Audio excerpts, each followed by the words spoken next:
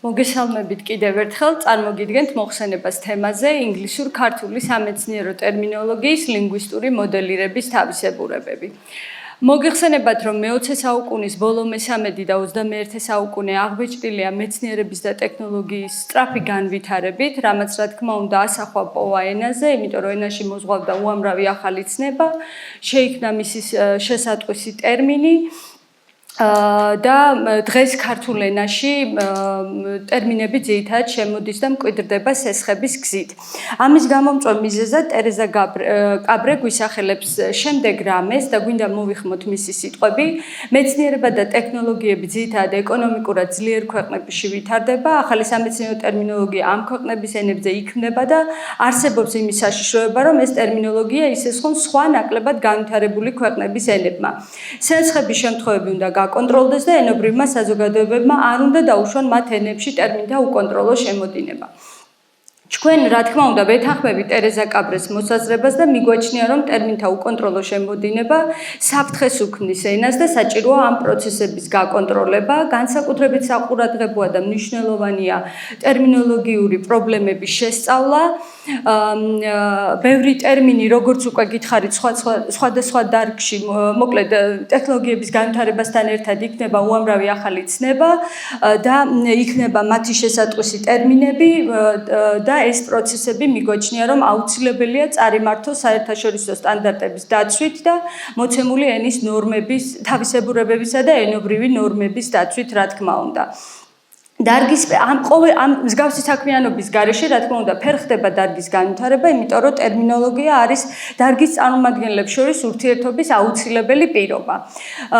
ამის პარალელურად ქართველი ტერმინოლოგები და დარგის სპეციალისტები ხას უსვამენ, რომ დღეს ძირითადად ქართულში ტერმინები შემოდის სესხების გზით, რასაც ნამდვილად ვერ მივიჩნევთ დადებით ტენდენციად და ამ ტენდენციის გადასამოწმებლად ჩვენ 2022-23 წლებში ჩავატარეთ რაოდენობრივი კვლევა ბიოლოგიის სხვადასხვა დარგის 1600 ტერმინის მასალაზე. ტერმინები ამოიკრიბა სხვადასხვა ბიოლოგიური ლექსიკონიდან. ჩვენს მიზანს წარმოადგენდა გვენახა ტერმინთა სესხების პროცენტულობა თანამედროვე დარგებში, რისთვისაც შევარჩიეთ 800 ტერმინი იმუნოლოგიის, ბიოტექნოლოგიისა და გენეტიკის დარგებიდან და აღმოჩნდა, რომ ტერმინთა 75-80% მოცემულ დარგებში არის ნასესხები. შემდეგ ეს შედეგები შევადარეთ ტრადიციული დარგების ტერმინოლოგიას და ამჯერად უკვე 800 ტერმინი ავიღეთ ტრადიციული დარგებიდან, როგორიც არის ანატომია, ბოტანიკა, ზოოლოგია, სადაც წავაწყდით უკვე რადიკალურად განსხვავებულ ვითარებას, როდესაც ტერმინთა 80%-ის შემთხვევაში, გაანალიზებულ ტერმინთა 80%-ის შემთხვევაში ტერმინები არის შექმნილი ქართული ენის რესურსებით. ამან განაპირობა უკვე ჩვენი ინტერესი სიღრმისეულად შეგვესწავლა ტრადიციული დარგებისა და მოგვიანებით განვითარებული დარგების ტერმინების წარმოების მეთოდები ქართულში და შემდეგ ეს ამ ტერმინების შესატყვისი ტერმინები ინგლისურსა და რუსულ ენებში. ინგლისური ენის ჩართვა გამოიწვია იმან, რომ დღეისათვის 21 საუკუნეში ინგლისური ენის უდიდეს გავლენას განიცდის ქართული ტერმინოლოგია, ხოლო რუსული ენის ჩართვა გამოიწვია მე-20 საუკუნეში ქვეყანაში არსებული პოლიტიკური ვითარებიდან გამომდინარე რუსული ენის გავლენა ქართულ ენაზე. ტრადიციული დარგის ტერმინოლოგიის მეთოდების ანალიზისათვის ჩვენ დავეყრდენით როგნე დაღამბაშიძის მონოგრაფიას ქართული სამეცნიერო ტერმინოლოგია და მისი შედგენის ძირითადი პრინციპები. თანამედროვე ტერმინოლოგიის წარმოების ანალიზისათვის დავეყრდენით საერთაშორისო სტანდარტს ISO 704 ტერმინოლოგიური მუშაობა, პრინციპები და მეთოდები. როგორც უკვე აღვნიშნეთ, კვლევაში გამოვიყენეთ 3 ენის შეპირისპირების მეთოდი, ხოლო ინგლისური ტერმინების წარმოების უკეთ წარმოსაჩენად ასევე გამოვიყენეთ ეტიმოლოგიური კვლევის მეთოდი და ამ დროს ჩვენ მიერ გამოყენებული იქნა ინგლისური ენის ლექსიკონი ისტორიულ პრინციპებზე და ინგლისური ენის ონლაინ ეტიმოლოგიური ლექსიკონი, რომელიც განთავსებულია მისამართზე etymonline.com.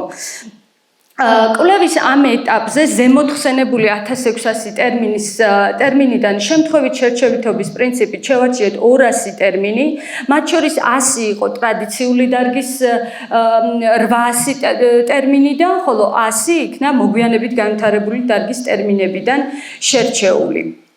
კვლევამ გვაჩვენა, რომ მე-20 საუკუნეში ქართული ენა საკმაოდ აქტიურად გამოიყენებოდა ტერმინწარმოებაში და ქართული ენის რესურსებით საკმაოდ მარჯვედ იქნებოდა ტერმინები, ესეთი აღმოჩნდა გაანალიზებულ ტერმინთა 80%, როგორც უკვე ვთქვით. წარმოგიდგენთ რამდენიმე მაგალითს ჩვენ მიერ გაანალიზებული ტერმინებისა, მაგალითად aardvark, რომელიც არის ზოოლოგიური ტერმინი, ინგლისურში აფრიკანსიდან არის ნასესხები და ნიშნავს მიწის ზღორს. რუსულ ენაში ამ ტერმინის შესატყვისია აფრიკანსკი ტრუბკა ზუბ, სავარაუდოდ რუსული ტერმინი ლათინური ტერმინის კალკირებით არის მიღებული, ტუბული დენტატა, რაც ნიშნავს მილს და კბილს სიტყვით. ქართული შესატყვისი არის აფრიკული მილკბილა. ნუ ხედავთ, რომ ქართული ტერმინი რუსული ენის გავლენით არის შექმნილი, კალკირებულია რუსული ენიდან. კიდევ ერთი მაგალითი არის მაგალითად barnacle, ინგლისური ზოოლოგიური ტერმინი, რომელიც გარეულ ბადს აღნიშნავდა, თუმცა კიბოსნაირთა კლასის წარმომადგენლები ინგლისურში ამ მნიშვნელობით დასტურდება 1580 წლიდან. ტერმინის რუსული ეკვივალენტია უსანოგი რა, ქართული შესატყვისია ულვაშფეხიანი კიბო. აქაც ვხედავთ, რომ რუსული ენიდან არის კალკირებული სტრუქტურული სესხების გზით მიღებული ქართული ტერმინი და სტრუქტურული სესხება საკმაოდ აქტიურად გამოიყენებოდა მე-20 საუკუნის პირველ ნახევარში. და ძირითადად იქნებოდა რუსული ენის სტრუქტურის მიხედვით, რუსული ენის ტერმინის სტრუქტურის მიხედვით ქართული ტერმინები და ვხედავთ სლაიდზე მაგალითებსაც, მაგალითად ბელორი ბიცა, თევზ თეთრა ქართულად, ბოლშეგლას თვალდიდა, გუბან გრებეჩატნის სერი, რუხი სავარცხლურა, ტუჩოსანი ამისი ქართული შესატყვისი. თუმცა აშკარაა, რომ ქართული ტერმინების შემთხვევაში ტერმინის სტრუქტურაში რუსული სიტყვები ჩანაცვლებულია ქართული სიტყვებით და ვღებულობთ საკმაოდ გამჭვირვალე ქართულისათვის ბუნებრივ და მისაღებ ტერმინებს. მოცემული დარგების ტერმინოლოგიის ანალიზმა აჩვენა ასევე ისიც, რომ ქართველი ტერმინოლოგები ხშირად მიმართავენ მეტაფორას და საერთო ლექსიკის სიტყვები გადააქვთ ტერმინოლოგიაში, მაგალითად ესეთი არის მწვერვალი, რომელიც ყველამ ვიცით, რომ არის მთის ყველაზე მაღალი ნაწილი, მის ზემოთ აზიდულ წვერს აღნიშნავს. ანატომიაში გამოყენებულია ორგანოს ზედა ნაწილის მნიშვნელობით, მაგალითად ფილტვის მწვერვალი, გულის მწვერვალი და ასე შემდეგ.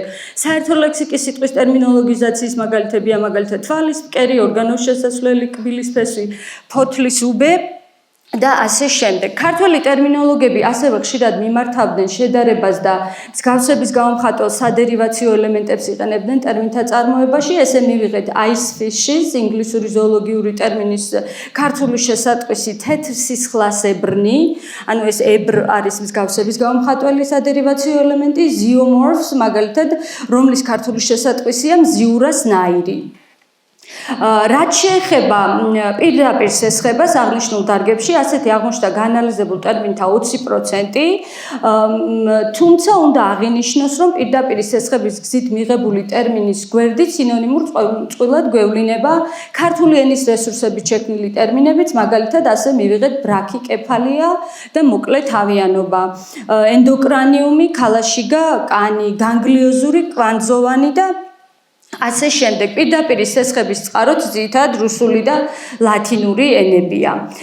რაც შეეხება აღნიშნული დარგის ინგლისური ტერმინების მოდელირების შესწავლამ, გამოკვეთა თავისებურებები, რომ ინგლისური ტერმინების შემთხვევაში ერთსიტყვიანი ტერმინები არის ძირითადად ლათინური ან ბერძნული ნასესხობა და ეს ნასესხობა შეიცავს ცნების ერთ-ერთ მახასიათებელს, ანუ ტერმინთა წარმოება ენობრივი ნომინაციის პრინციპს ეფუძნება. მაგალითად, რო ავიღოთ სიტყვა knide, ინგლისური ზოოლოგიური ტერმინია, ნიშნავს მსუსხავ უჯრედს. ტერმინი ინგლისურში ლათინურიდან არის ნასესხები, თუმცა ის არის ბერძნული სიტყვის knide ლათინიზირებული ფორმა და ბერძნული სიტყვა ნიშნავს ჭინჭარს. ეს სიტყვა სწორედ ამ ნიშნით არის ნასესხები ინგლისურში მსუსხავი უჯრედის აღსანიშნად. ასეთია მაგალითად brim, რომელიც ინგლისურში არის ფრანგულიდან ნასესხები, თუმცა ეტიმოლოგიურად ის უკავშირდება პროტოგერმანიკულ ძირს ბრეხვან, რაც ნიშნავს ელვარებას, ბრწყინვას და ეს თევზი მოკლედ ყვითელი ფერისაა, როგორც სლაიდზე ჩანს და სწორედ ამ ნიშნით არის გამოყენებული ინგლისურ ენაში მოცემული თევზის აღსანიშნად.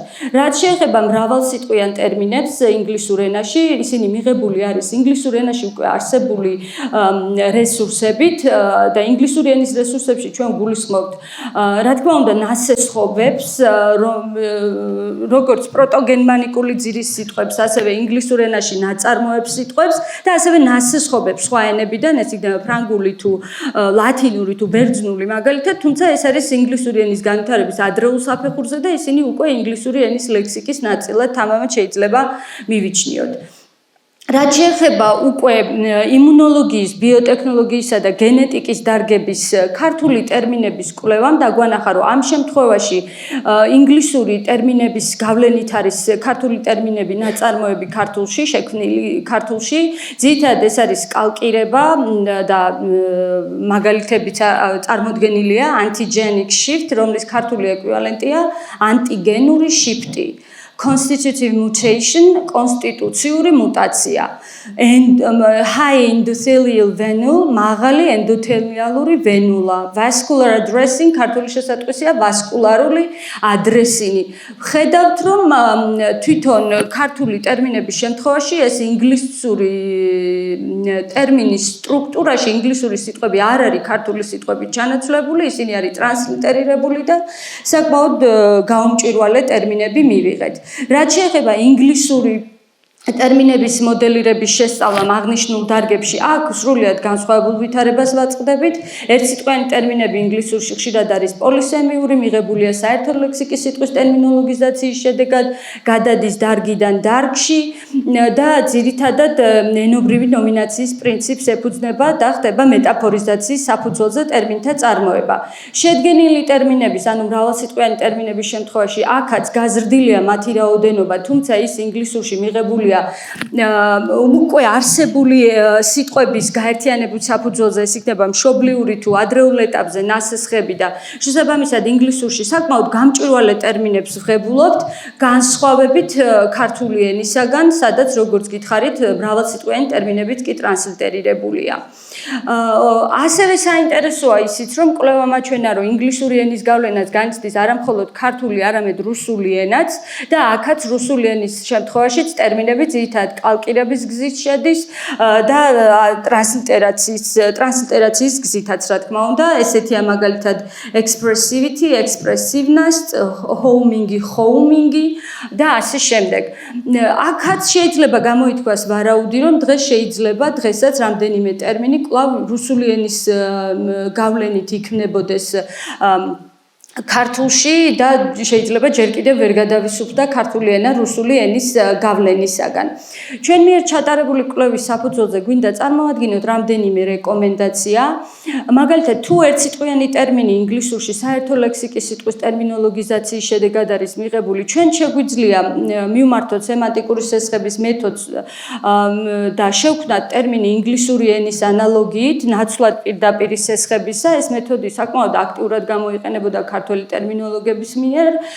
ეს პროცესი შესაძლოა წარმოქმნის პოლისემიას, თუმცა პოლისემია საერთაშორისო სტანდარტების მიხედვით ტერმინოლოგიის ერთ-ერთი მახასიათებელია. რაც შეეხება მრავალსიტყვიან ტერმინებს, აუცილებლად ისინი უნდა გადმოვიტანოთ სტრუქტურული სესხებით, დაუშვებლად მიგვაჩნია მრავალსიტყვიანი ტერმინების ტრანსლიტერაციის გზით წარმოება ქართულში.